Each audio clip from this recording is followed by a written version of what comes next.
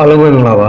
Click Talk Open Lecture Series ကနေပြန်လည်ကြိုဆိုပါရစေ။ဆရာကတော့ဆရာသမီးထိုင်ပါ။အဲ့တော့ဆရာပေးနေတဲ့ Python Programming Essentials မှာအားလုံးကိုကြည့်ပေးထားတဲ့အတိုင်းပဲဒီနေ့တော့ ChatGPT ကိုသုံးပြီးတော့မင်းတို့ကိုယ်တိုင်ဘယ်လိုလေ့လာနိုင်လဲဆိုတာကိုကြည့်လိုက်အောင်။ဒီမှာဗီဒီယိုမစခင်မှာတခုပြောချင်တာကအားလုံးယနေ့ခေတ်မှာဒီ AI နဲ့အပါအဝင် online resources တွေကအရန်ပေါ်တော့ကိုယ့်ဘာသာကို self learning လုပ်ရင်ထိထိရောက်လောက်တိုင်လောက်တတ်တယ်လို့ပို့ပြီးတော့ကိုက self learning နဲ့ပဲဝေပုံကြည့်ကြတတ်အောင်သင်ယူလို့ရတယ်။ criteria တစ်ခုက chat GPT ပေါ့။အဓိကကတော့ဒါတွေလေ့လာခြင်းမှုရန်အတွက်ဆရာတို့ကတစ်ခုပဲလို့ရတယ်။အဲ့ဒါတော့ English language skills ပေါ့။အဲ့တော့ကိုယ့်ရဲ့ English language skill ကိုဘာသာကိုကောင်းနေအောင်အားလုံးကမလုပ်ထားမလဲဆိုတော့ English language ကိုအားဖြည့်ထားပေါ့။ဟုတ်နော်။အဲ့ဒါလေးကတော့ဆရာတို့ကလေ့လာတဲ့လူတွေဒီဒါလေးကို English language ကိုကျွမ်းတယ်လို့အခုခေတ်မှာ AI tools တွေနဲ့လိုလေ့လာလို့ရတယ်ဆိုတာဖြစ်တဲ့အတွက်လှုပ်ထားဖို့ပေါ့နော်ကိုမရနေ English language ကိုဦးစားပေးလို့ programming လည်းလုပ်အဲ့ဒါလေးကိုအားလုံးကိုဆရာတို့ကတိုက်တွန်းနေတာပေါ့အဲ့ဒါပြီးတော့ဆရာတို့ကအခုချက်ချင်းကြည့်လိုက်ရအောင်ဒီနေ့ကတော့ဆရာတို့ကဒီ chat GPT ကိုသုံးပြီးတော့ list တွေကိုဘယ်လို unpack လုပ်လို့ရတဲ့နည်းလမ်းတွေရှိတယ်လဲဆိုတာကို GPT ကိုမေးပြီးတော့ GPT ကိုဆရာတင်ပြီးတော့ဆရာတို့က GPT နဲ့အတူတူလိုက်ပြီးတော့လေ့လာဟုတ်ကဲ့နော်ကြည့်လိုက်ရအခုဒီမှာ chat GPT ဆရာတို့ကဖွင့်ထားတယ် GPT-4 တော့ဆရာတို့မသုံးနေ GPT-3.5 နဲ့ဆရာတို့ကြည့်ဟုတ်ကဲ့နော်ဒီနေ့က list တွေကိုဘယ်လို unpack လုပ်တဲ့အချိန်မှာနည်းလမ်းတွေရှိတယ်လဲဆိုတာကို GPT ကိုမေးမှဆိုတော့ဆရာတို့ကသူ့ကို English လို့မေးကြည့်လိုက်အဲ့ဆိုရင်မှာ explain different ways to unpack a list in Python using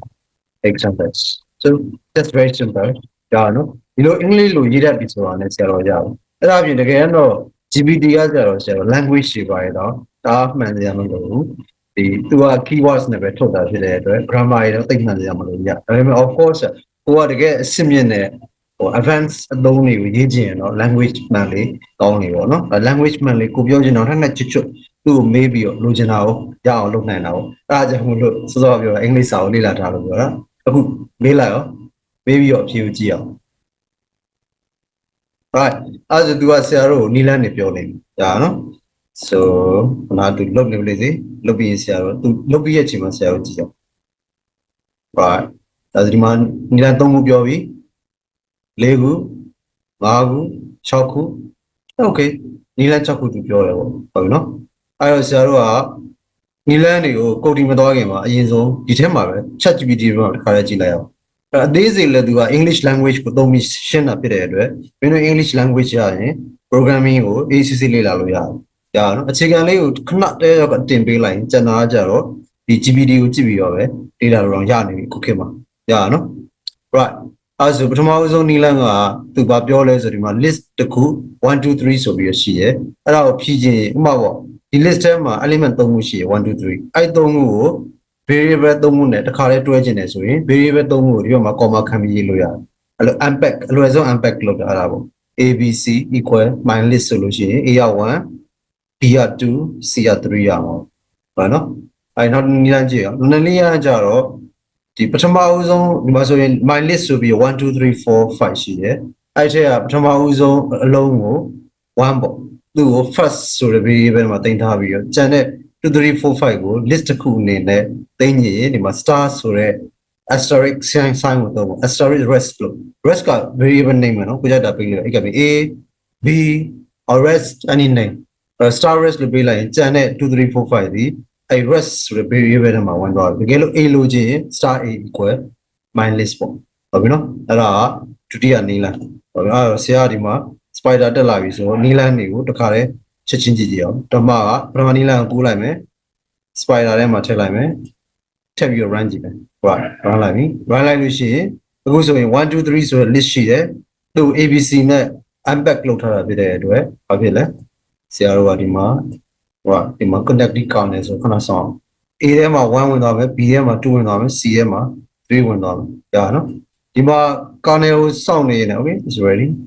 သူ run ကြည့်အောင်အဲဆိုဆရာတို့ဘာတွေ့ရလဲဒီမှာ a က1 b က2 C က3ရနော် A B C သူ့ကိုဆရာတော်တူပြီးတော့တစ်ခုလောက်ရေးကြည့်ရနော်အဲဆိုရင်ဥပမာပေါ့fruit list fruit list equal ဆရာတော် orange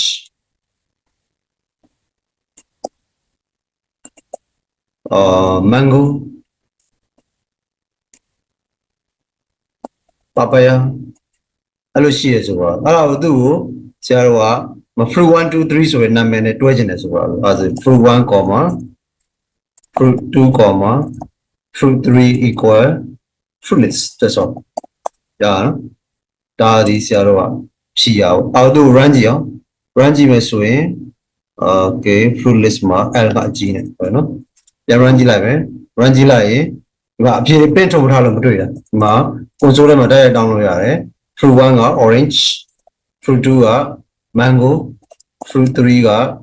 papaya ဒါနော် sorry ဒီဘက်ကတော့ဆရာ spider ဖြစ်သွားပြီ Jupyter နဲ့မပြပြဘူးပေါ့ဟုတ်နော်အဲဆိုဒီ fruit 3ကိုစောစောနည်းနည်းသုံးပြီးတော့ fruit 1 fruit 2 fruit 3ဆိုတဲ့ variable နဲ့တွဲလိုက်တာပေါ့ရနော် unpack လုပ်လိုက်တာနောက်တစ်နည်းကြည့်အောင်နောက်တစ်နည်းကကြတော့သူဘာလုပ်လဲဆိုရင်ပထမ element ဒီ first ထဲဝင်ပြီးကျန်တဲ့ဟာတွေအကုန်လုံးဒီ rest ဆိုတဲ့ variable name နဲ့ကိုဝင်စေချင်တာဒါနော် we just copy လုပ်ပြီးတော့စမ်းကြည့်အောင်ဆိုတွေ့တော့အဲ့တော့ပထမ first ဒီ print ထုတ်ထားတယ် and better put variable name here sorry သိအောင်လို့ဒီမှာ first ဆိုတဲ့စကားလုံးတက်လိုက်မယ်ဒါနော် first is rest equal right အဲဆိုလို့ရှိရင်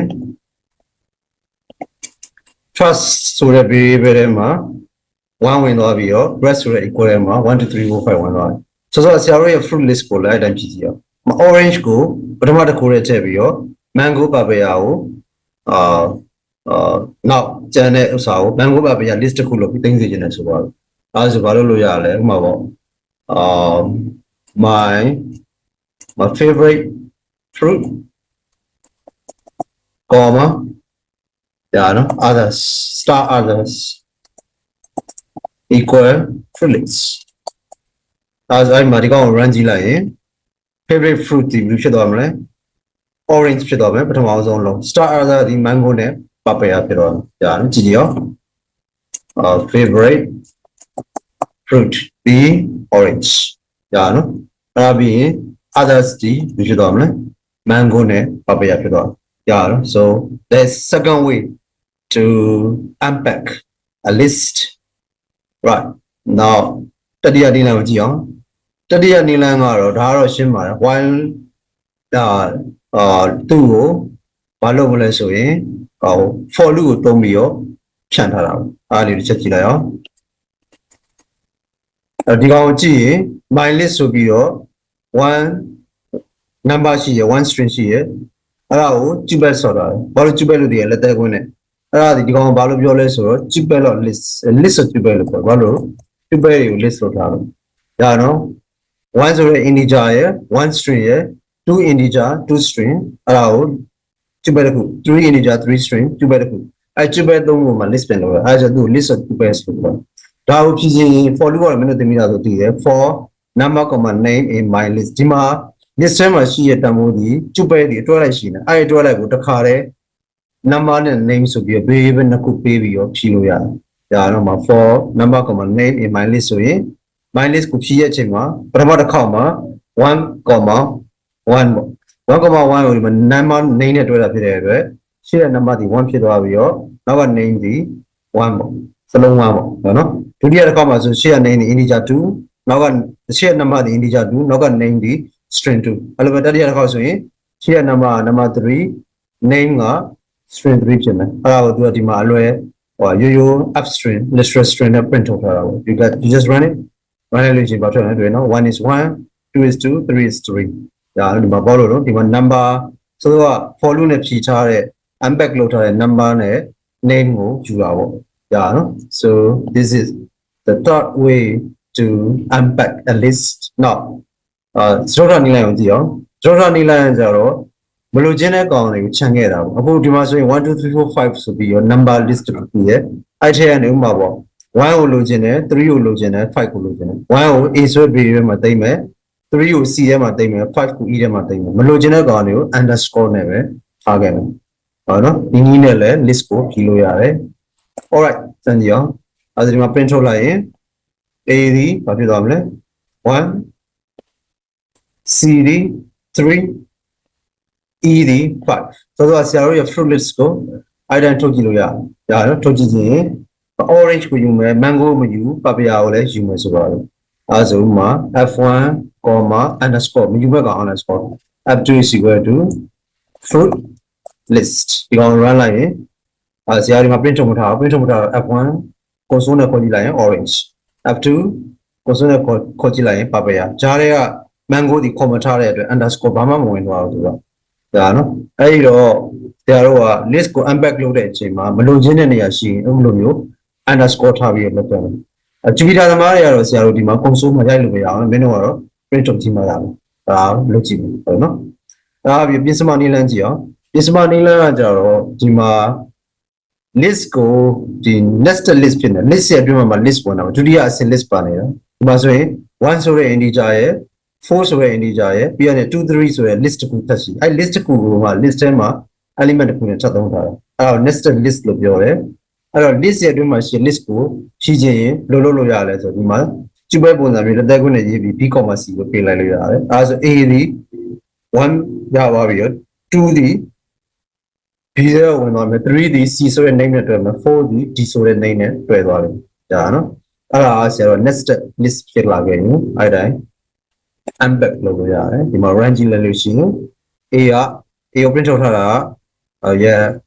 အပေါ်ကောင်နဲ့ရောနေပြီနော်အဲ့တော့ဒီချက်နဲ့စာလေးတက်ပြင်မယ် a equal ပါဒီကောင်ဆိုရင် b equal မရောအောင်ပါနော်ဒီကောင်ဆိုရင် c equal comma နောက်ဒီအောက်ကကောင်ဆိုရင် d equal comma ဒီကောင် run လိုက်လို့ရှိရင်ဘယ်လိုပြီးသွားမလဲ a ဒီ1နဲ့ point ဖြစ်မယ်တွေ့နော် b ဒီ2နဲ့ point ဖြစ်မယ် c ဒီ3နဲ့ point ဖြစ်မယ် d ဒီ4နဲ့ point ဖြစ်မယ်ဒါနော် you can do like fruit list ကို fruit list 2ဆိုပြီးရအောင်မြေပြီးတော့ကြာအပေါ်ကောင်ခဏကူးလိုက်မယ်မြန်တော့အောင်ဟုတ်နော်ကူးပြီးတော့ကြာတော့သူ့မှာဆရာတို့ကဘာထည့်မလဲဆိုရင် nested list ကိုထည့်ကြအောင်ဒီထည့်ရမယ်ဒါနော်ဥပမာပေါ့ဆရာတို့က3မျိုးလောက်ထည့်တယ်ဒါနော်ဥပမာ star fruit grapes strawberry right အဲ့ဒါကိုဆရာတို့ကဘယ်လိုဖြည့်ကြည့်မလဲဆိုရင်ဒီမှာရှင်းနေမှာဆိုလို့ f1 ဒီ f1, f2 f1 ဒီ orange တွဲပြီးတော့ f2 ဒီ mango တွဲပြီးဒီမှာ3မျိုးရှိရအဲ့ဒါကိုကြည့်ပဲပုံစံမျိုး3မျိုးရေးမယ် f3 f4 f5 papaya တို့က f6 equal to full list 2ဒါနော် item run လိုက်ရင်ဒီမှာ change မှာဆိုလို့ print မထုတ်တော့ဘူး Jupyter သမားတွေကတော့ကိုယ့်ဘက်ကိုဒီမှာ print ထုတ်မယ်ဆိုတော့သိပါတော့နော် f1 ဒီ orange f2 ဒီ mango f3 ဒီ star fruit 4 grape 5 strawberry 5ကိုကြည့်လိုက် f5 ဒီ strawberry f6 ကကြတော့ papaya ဒါနော်ဒါဒီ ပြင်စမနီလန်းဖြစ်ရကောင်နောက်ဆုံးနီလန်းကြည့်ရောနောက်ဆုံးနီလန်းကတော့ဒါရှင်းပါတယ်ဒီမှာဆိုရင်1ကို a နဲ့တွဲပြီး2ကို b နဲ့တွဲပြီးကျန်တဲ့ကောင်တွေကို rest ဆိုတဲ့ b ရဲထဲမှာတွဲတာပေါ့ alright we can do that ကြည့်အောင်တွဲကြည့်အောင်ဒါဆိုရင်ဒီကောင် run လိုက်ရင် a equal b equal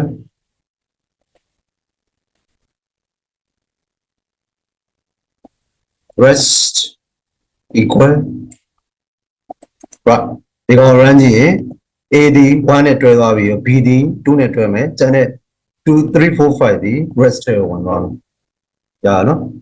right let's try to test fruit list 2ဘယ်လိုစမ်းကြည့်ရောအဲဒါမှပေါ့ ft1 ပေါ့နမနာ ft1, ft2, star ft3 equal to full list ဘာဖြစ်လဲဒီက full list 2 so let's try to run it right တော့ run လို့ရှိရင် ft1 ကဘာရမလဲ orange ရှင်းပါတယ် ft2 က mango ရနော်ဒါဆို ft3 ကဘာဖြစ်မှရမလဲကြံတဲ့ကောင်လေးအကုန်လုံးဆိုတော့သူ့ထဲမှာ star fruit grape strawberry ဆိုတဲ့ဒုတိယ level internet list ပါရှိနေမယ်ဒီမှာ internet list ပြီးရင်နောက်ကပထမ level မှာရှိရ papaya ဆိုတဲ့ fruit fruit တစ်ခုပါတွေ့လိမ့်မယ်ဆိုတော့ fruit သုံးခုစီ list အဲ့ list နဲ့ဒီဘက်က papaya ဆို fruit နဲ့ nested list လို့ခေါ်တာပေါ့အဲ့လိုနည်းနဲ့လည်း list ကို unpack လုပ်လို့ရတယ်ဒါဒီဆရာတို့ list ကို unpack လုပ်လို့ရတဲ့နည်းချောင်းလေးပေါ့အဲဆိုရင်အလွယ်ပြောရရင်တွဲခြင်းတဲ့ variable တွေနဲ့တွဲဒီမှာဆို a b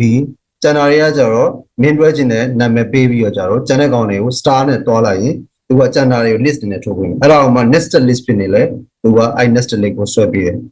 ဒါတော့အဲ့ဒါကိုမှတ်မယ်ပြီးရင်မလိုချင်တဲ့နေရာမှာရှိရင် variable ဘာမှမပေးဘဲနဲ့ underscore ထားခဲ့ပြီးတော့လိုချင်တဲ့နေရာပဲ variable ပေးခေါ်လဲရတယ်ဒါပြင်အခုလိုမျိုး list of tuple ရှိနေရင်သူ့ကို number comma name ဆိုပြီးတော့ for loop နဲ့ tuple တွေက list ရဲ့ element တစ်ခုမှရှိတယ် tuple ရဲ့တမိုးနှစ်ခုကိုဒီ for loop ကနေတွဲပြီးတော့ for loop နဲ့ပြီးပြီးတော့လိုသလိုအောက်မှာပြန်သုံးလို့ရတယ်ရအောင်နော်ဒါတွေကအဓိက list ကို unpack လုပ်တဲ့နည်းပေါ့အဲ့ဒါကိုဆရာတို့က chat GPT ကိုသုံးပြီးတော့ကြည့်ခဲ့တာဖြစ်တယ်အဲ့တော့အားလုံးကဆရာတို့ဒီဗီဒီယိုလေးကိုကြည့်ပြီးတော့အင်္ဂလိပ်စာကိုရရတယ်နောက် online မှာရှိတဲ့ tools တွေကိုချိတိရောက်ရောက်သုံးတတ်တယ်ဆိုရင်ကုန်ကြစိတ်တွေတက်တာပြီးတော့ဆရာတွေတောင်သိမ့်မလို့ပဲနဲ့ Python လို့တခြားဒါမှမဟုတ်ရင် programming တွေပေါ့အဲ့ဒါတွေကိုမိမိဘာသာ self learning လုပ်လို့ရတယ်ဒီဗီဒီယိုကနေပြီးတော့အဲ့လိုမျိုးကိုယ့်ဘဝရဲ့တစ်လျှောက်လုံးမှာစဉ်ဆက်မပြတ်သင်ကြားလို့ရတယ်ဆိုတာကိုအချိန်ကိုအကျိုးရှိရှိအသုံးချပြီးတော့တကယ် skill set တွေကိုမိမိဘာသာပဲကျွမ်းကျင်အောင်လုပ်လို့ရတယ်ဆိုတော့မြင်အောင်ဆရာတို့ကဒီဗီဒီယိုပြတာပေါ့ဒါနော်အဲ့ဒါအဓိကကတော့စောစောမှားခြင်းတယ်လို့ English language ကိုကိုကအားနည်းနေတဲ့အချိန်ကိုယ့်ဘာသာကိုလုပ်ထားအောင်အားမနည်းတဲ့သူတွေကတော့ကောင်းတာပေါ့အဲ့ဒါဆိုရင်အချိန်များများသုံးပြီးတော့ဒီလိုမျိုးအကျိုးရှိတဲ့ tools တွေကိုသုံးပြီးတော့မိမိသင်ကျင်တာတွေကိုသင်ပေါ့အဲ့ဒါအပြင် chat GPT တွေ computer programming မှမဟုတ်ဘဲနဲ့တခြားဆရာတို့သင်ချာတို့နောက်မိခင်ဘာသာရပါတော့ engineering ဆို engineering computer science biology ဆို biology အဲ့ဒါတွေကိုလည်းကိုယ့်ဘာသာကိုစိတ်ကြ English language သိရင်ထည့်ပြီးတော့မေးလို့ရတယ်ချိတိရောက်ရောက်သူကရှင်းရှင်းပေးနိုင်တယ်အဲ့ဒါအပြင်သူလက်တွေ့ဆန်လက်တွေ့ဘဝနဲ့နီးစပ်အောင်မင်းကိုလုပ်ပေးရဖြစ်တဲ့အတွက်မင်းကလက်တွေ့ကြတဲ့ဟိုအတွေးခေါ်ကိုရစေတယ်ပေါ့နော်အဲ့ဒါကြောင့်အဲ့ဒါမျိုးကိုဆရာတို့များများသုံးကြပါနောက်ဗီဒီယိုတွေမှာတော့ဆရာတို့ရဲ့ပုံမှန်ဒီ Python essentials ရဲ့ပုံမှန်သင်ယူရဲ့ topic တွေကိုဒီမှာလိုက်ကြည့်ရလို့လည်းတော်တော်များလာပြီဆိုတော့အားလုံးအတွက်ကြိုးရှိအောင်ဆရာတို့ကတင်ပေးမယ်အားကြောင့်မို့လို့ဆရာတို့ channel ကိုဆက်လက်စောင့်ကြည့်ပေးမယ်မိတ်ဆွေတငယ်ချင်းများနဲ့လည်းမျှဝေပေးအောင်နောက်မိမိတို့ရေးစေချင်တာရှိရင်အောက်က comment မှာဆရာတို့ကရေးခဲ့လို့ရတယ်အကယ်၍ဒီဗီဒီယိုကိုခုမှပထမဆုံးရှိရလူတွေကဆရာတို့ playlist တစ်ခုလုံးပြန်ကြည့်ခြင်းအခုဒီမှာပေးထားတဲ့ဒီplaylist ကိုနှိပ်ပြီးတော့ကြည့်လို့ရတယ်အားလုံးပဲဒီနေ့တော့လောက်ပါပဲတက်မြောက်ကြပါစေအားလုံး bye bye